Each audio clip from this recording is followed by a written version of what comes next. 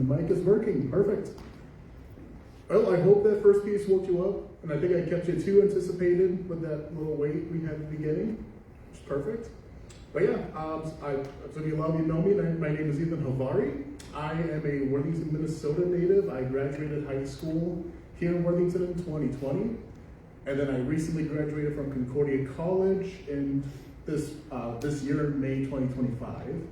So I decided what best way to give back to the community than to have my own concert recital here at Memorial Auditorium.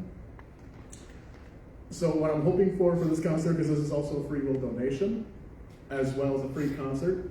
So I'm really hoping you're all really enjoy the concert. It's gonna be a lot of fun, lots of different variety of music going on. Like this first one here, which let's see if I can do it, because I didn't do it at my senior recital last year, unfortunately. Because the first piece we just listened to was Echo Avet Gamel Northern Fortin, which is Norwegian for Echoes of an Old Norse Past.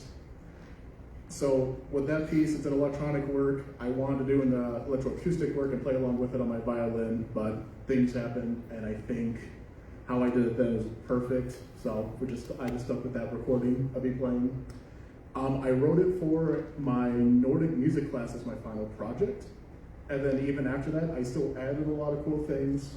The banging sounds, it was from, I should know the instrument names, but there were sticks that were used for the Concordia Christmas concerts, which I was able to get permission to use. And I just took a riser, smacked him in the orchestra room with while professors walking in asked me what I was doing.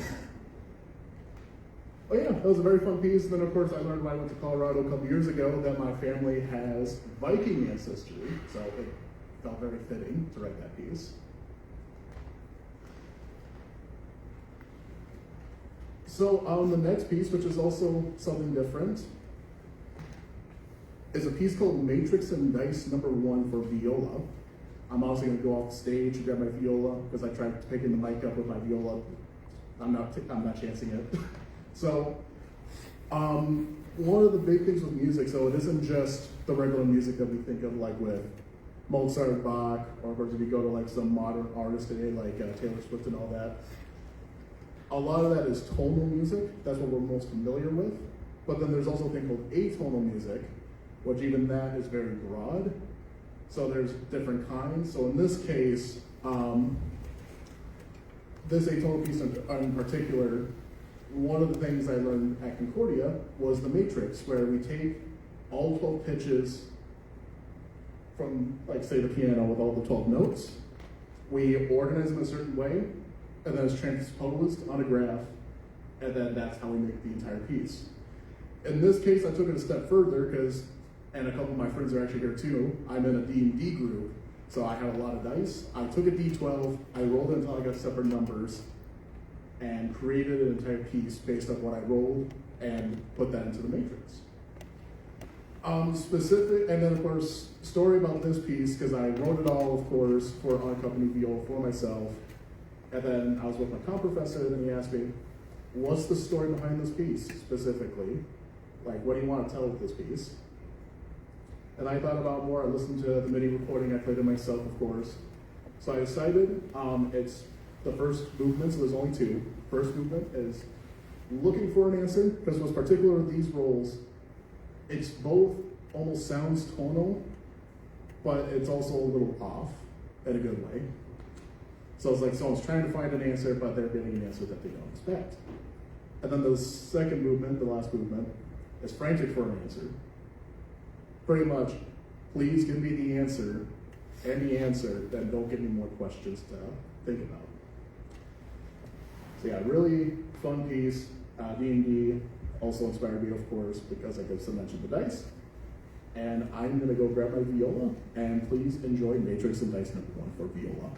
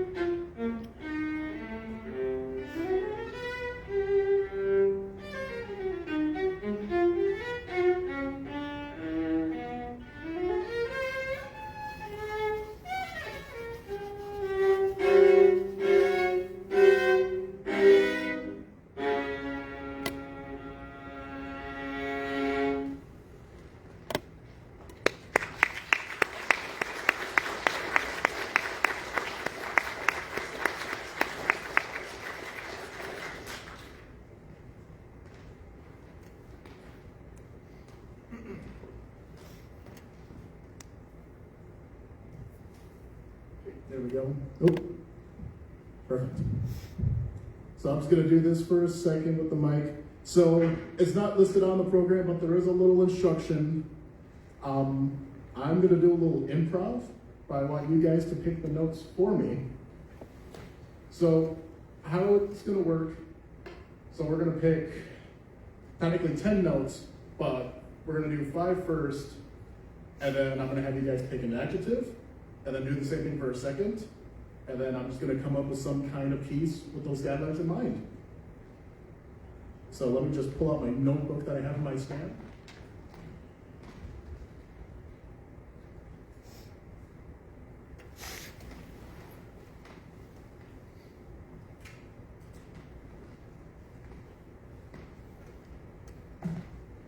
Let's start with the first one, 5 random pitches. F? E flat? C sharp? And I heard D and F sharp.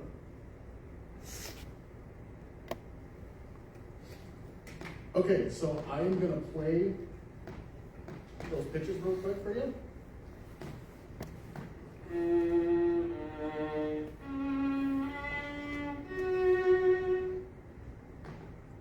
What's an adjective that we're thinking?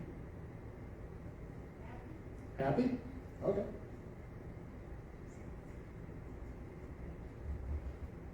All right, let's pick 5 more pitches. D, F sharp, A flat, C, E flat. All right, once again, I'll play these next 5 pitches and we'll pick a different adjective for that.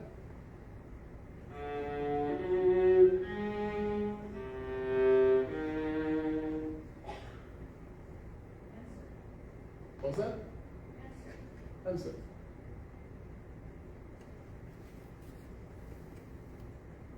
Actually, can I get a meeting on that word? I never heard that word before. Thought.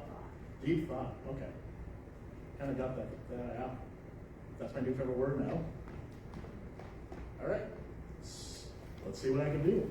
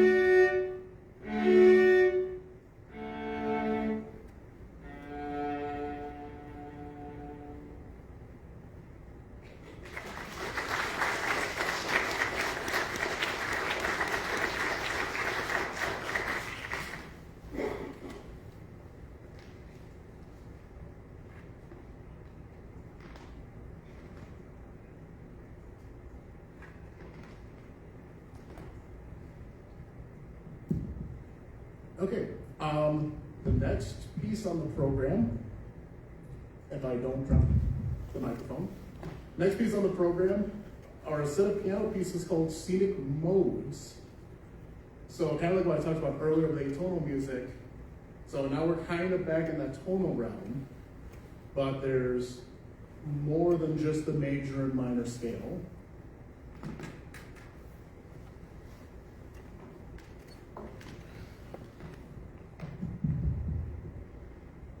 There we go. So there's the major scale, which is also called Ionian.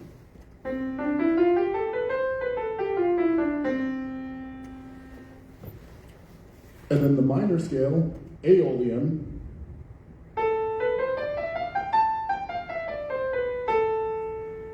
Of course, that's the natural minor scale. So this is just in the realm of C major, A minor, but then we shift it up.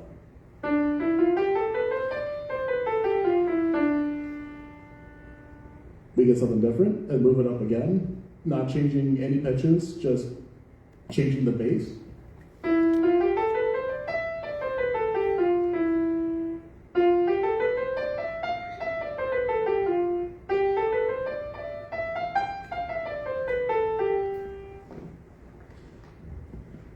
So what I just played, they're all different modes. So we have Dorian, Phrygian, Lydian, Mixolydian, and Locrian, which Locrian was the fun one I worked out with my professor. You're going to see why it's interesting once we get to that piece. But yeah, this was a fun set of pieces that I had from writing with my professor this past year. We both kind of broke our own rules because they were supposed to be just one page and something that a beginner could play, but having two composition people, having a lot of fun with it, you can imagine we didn't really follow that path. But I have on stage playing piano, Linda Lang. She will be performing Scenic Modes.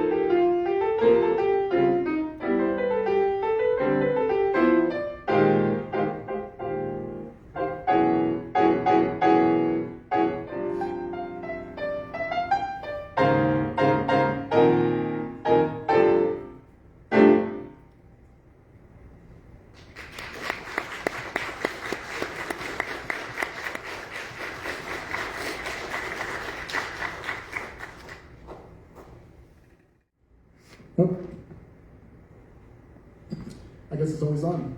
No worries. And then I forgot to play the Locrian mode, but I think you guys probably figured out which one it was. Yeah, we worked really hard on that to make it sound good. And Linda Lang did a fantastic job playing them as well. Give them a round of applause.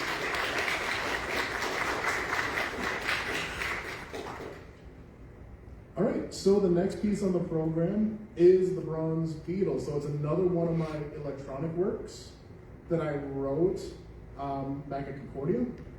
What's really cool about this one specifically, so like I mentioned with my Nordic music piece, the first one I did for the concert, I just collected some different sounds. I was able to edit them and master them out, do what I needed to do to make it fit and work with the piece. This one I did the same thing, but I only used one thing. It's in the title. I used only a bronze beetle, whether it be taking like metal rods and sticks and hitting the legs, or I even took my bow and bowed it across the legs, which had a really cool sound. And then I also throw in violin, viola, and cello and recorded those instruments as well with this piece. It's a really cool piece, and I expanded on it last year for my senior recital, which is also a lot of fun. And then I started getting better with a lot of the electronic components. Whether there's something funny with it, one of my fellow comp majors pointed it out, we got figured out, and it was much better. And then you'll see what that beetle looks like, because I remember my senior recital, I tried explaining what it looks like, but I don't think I did a very good job. But then once that image popped up, and actually I tried, it's also in the programs, that was just in case, but now you guys know what I'm talking about, a literal bronze beetle. So, enjoy this other electronic work, the bronze beetle.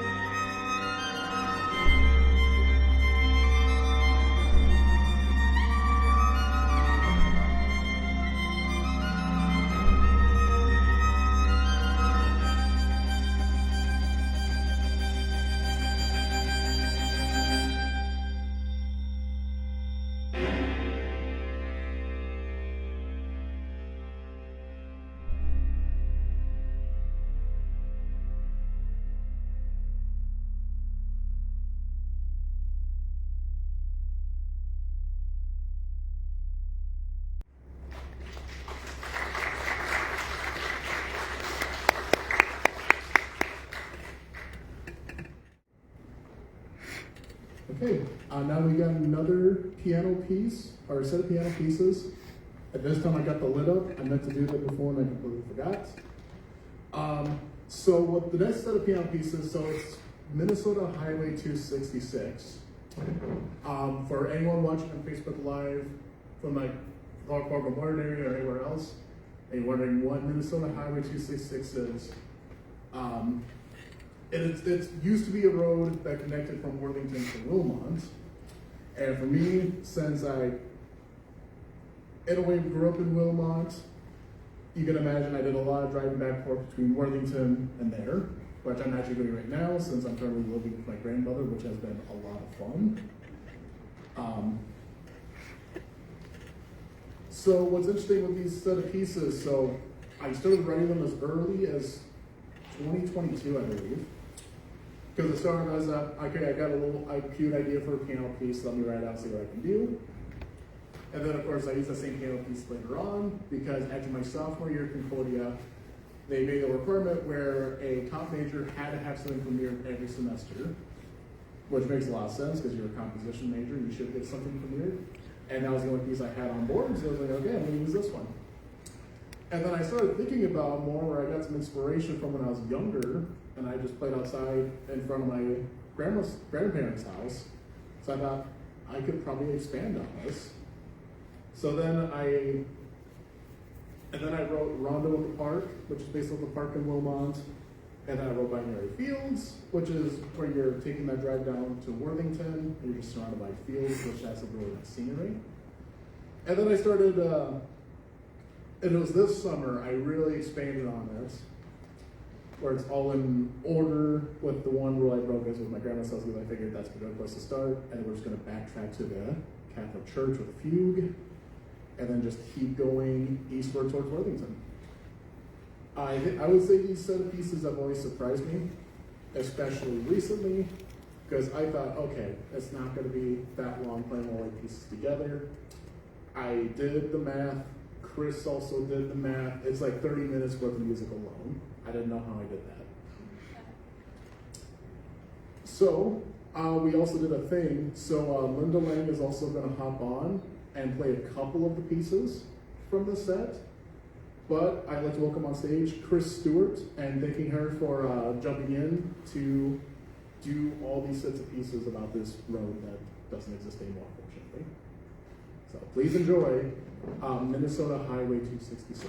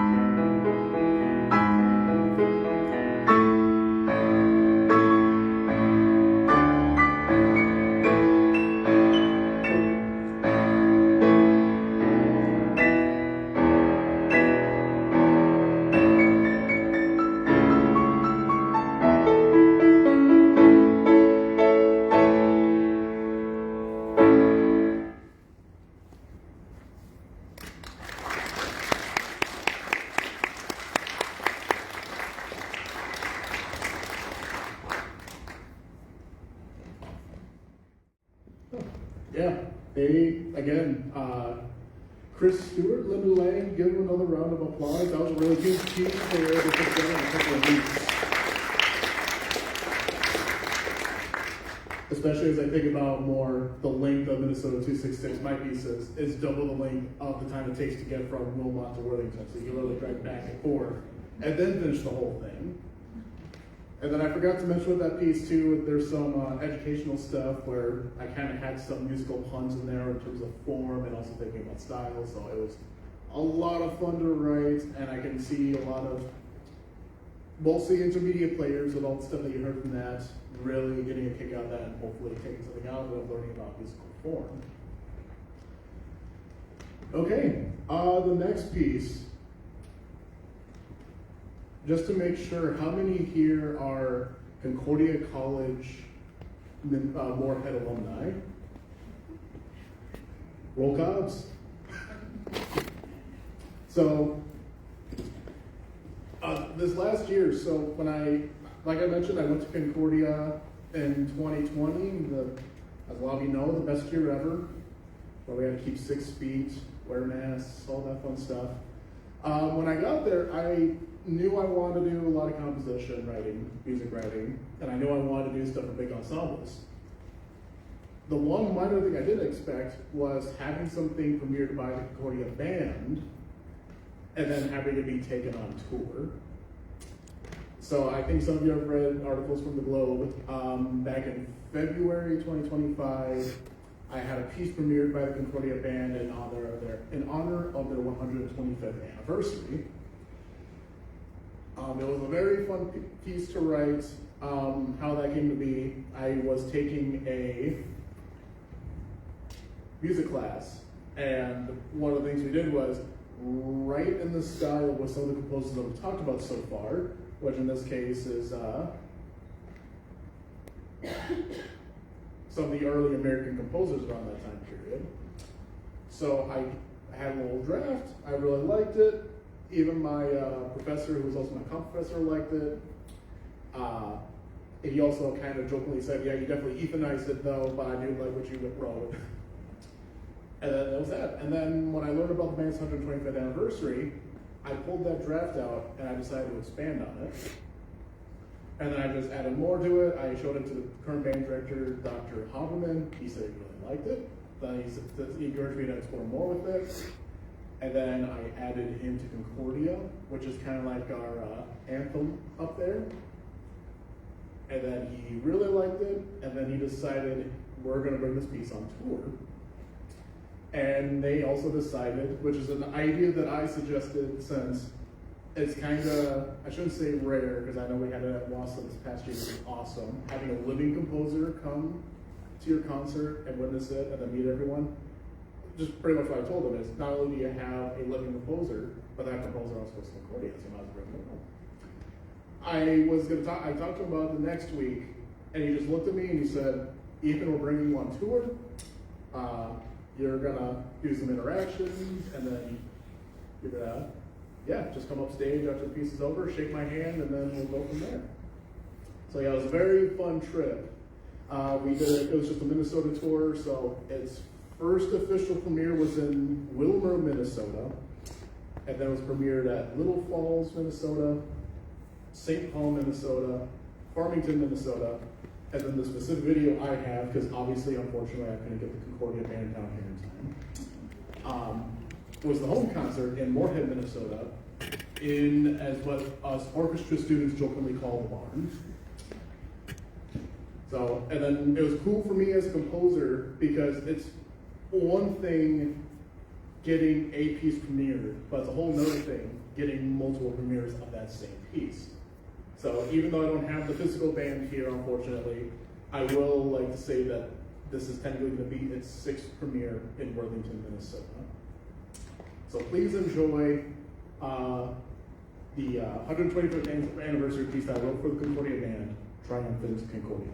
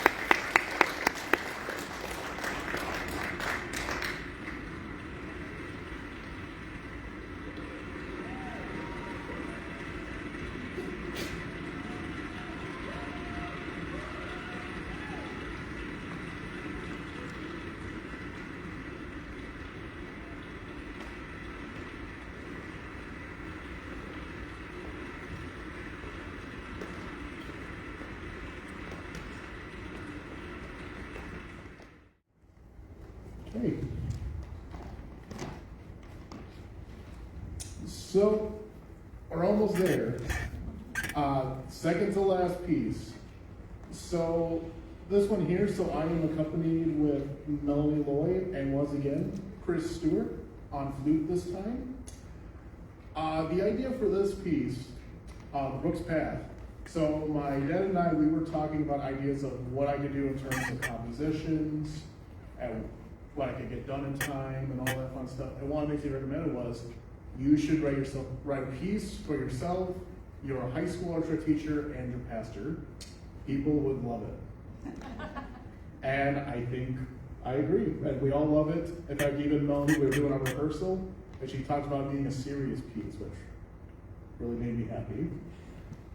So the piece itself, there's some challenges in it, of course. I definitely had a lot of fun with Chris on the flute. But yeah, it's just a simple little piece. It's an honor of these two for being part of my musical life and really pushing me as a musician, as a composer, and so many different ways to be more responsible in a lot of ways. So give these two a round of applause real quick.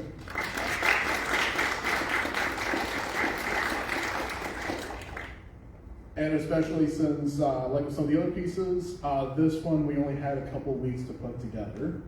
And I think it came along really well, and I'm really happy with the final product, I would say.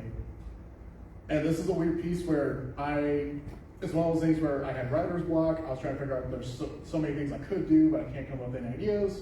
And then all of a sudden, I was writing the first music. I was like, you know what? I'll go a little bit of the Mozart path and maybe have some Tchaikovsky influence in there, and I just couldn't stop writing. To the point where, because originally it was supposed to be 3 movements, which it is, and it's supposed to be 10 minutes. Kind of like with the Minnesota Highway 266 pieces, but not as bad. I added an extra 5 minutes to the music. But again, all worthwhile. It's a lot of fun. I'm glad I got to actually play along with these two in the chamber setting. So please enjoy the Brooks Path.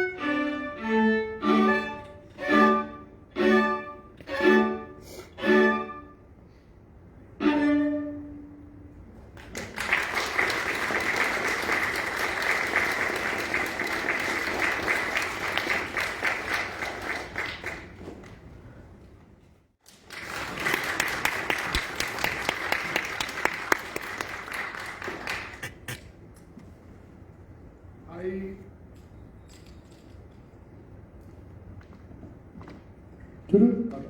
I am at least sweaty from that piece. That was a lot of fun. All right, last one. Before we get started, because this last one is going to be really, really sad. Just a couple of thank yous. So once again, I'd like to thank Melanie Loy, Chris Stewart, and Linda Lang for taking the time out of their days to really work hard on all those pieces and put them together in the short amount of time that we had.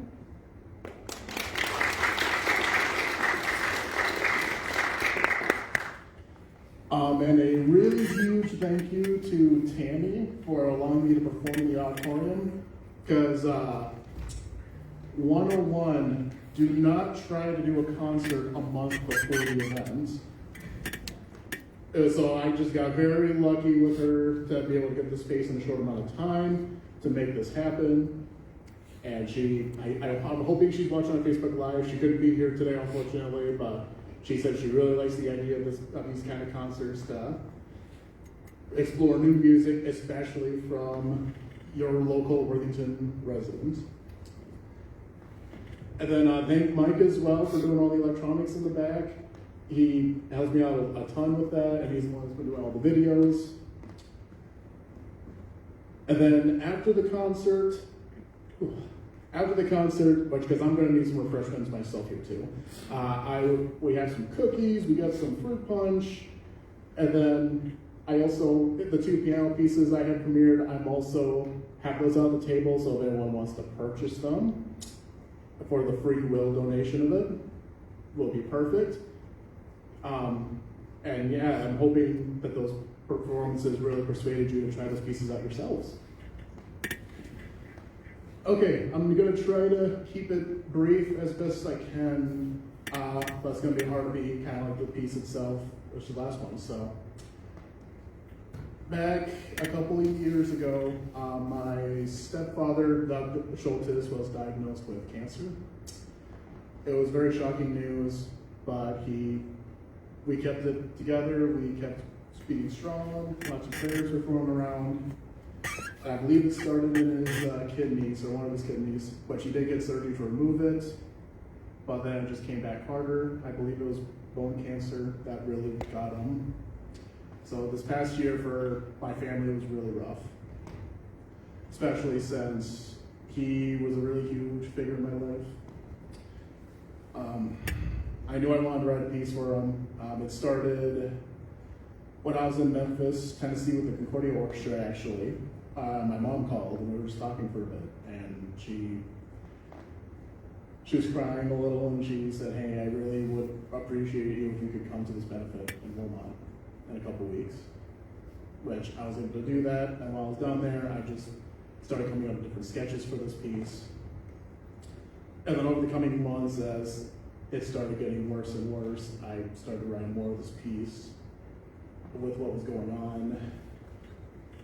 And I was able to show him a little bit in Hospice Cottage before he passed away.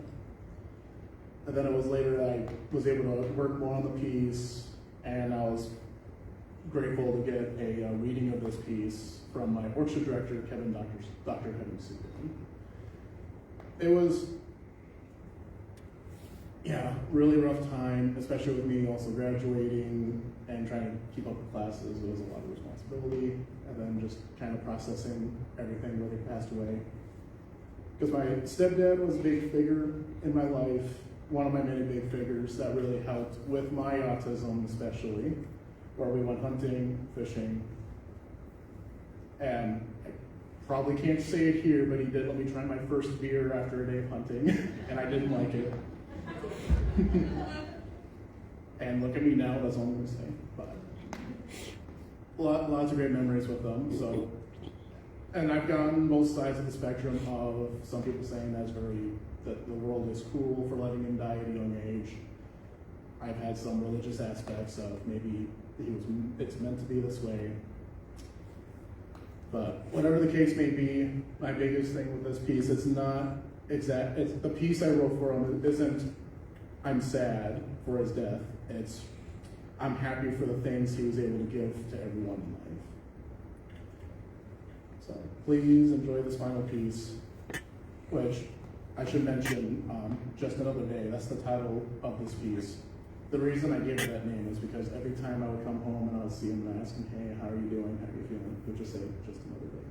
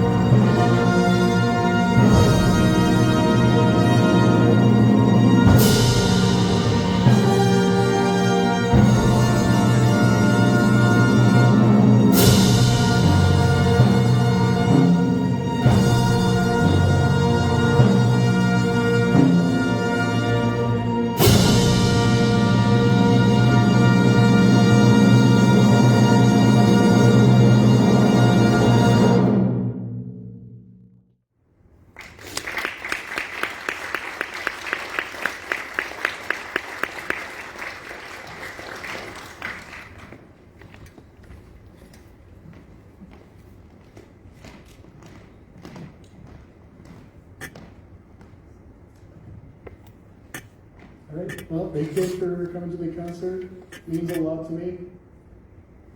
Facebook friends, Instagram friends, I hope you enjoyed it as well. And yeah, have a great day.